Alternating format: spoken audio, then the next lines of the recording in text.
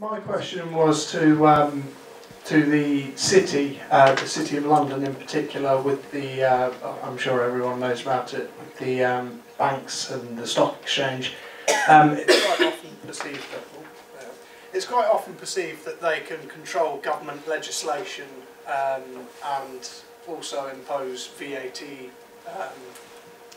rises and hikes. What would the Green Party's policy be on that?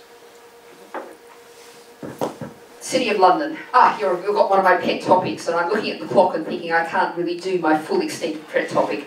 The City of London, one of the things many people don't know is there's only one non-MP allowed on the floor of the House of Commons, and that's a guy called the Remembrancer, and he's a representative of the City of London. He, and it has always been a he, gets to actually see all legislation as it's being drawn up. And this is the representative of the City of London, which on its own website says, we exist to promote the financial sector and its liberalisation.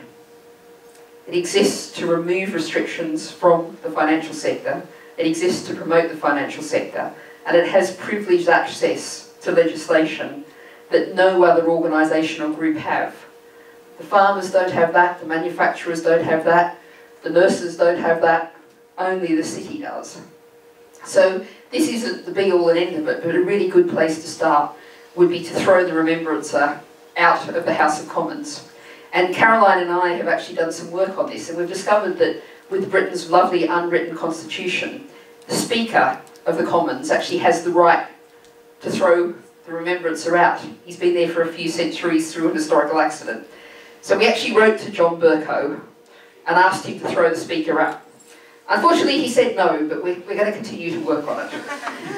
So it is a huge issue, and the City of London has a massive financial resources that it uses for its own interests, and it's a rotten borough. The businesses have vastly more votes than the people who live in the City of London.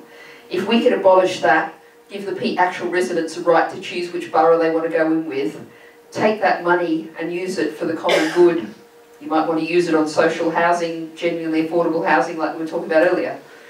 Then you really start to nibble away at the power structures behind the city.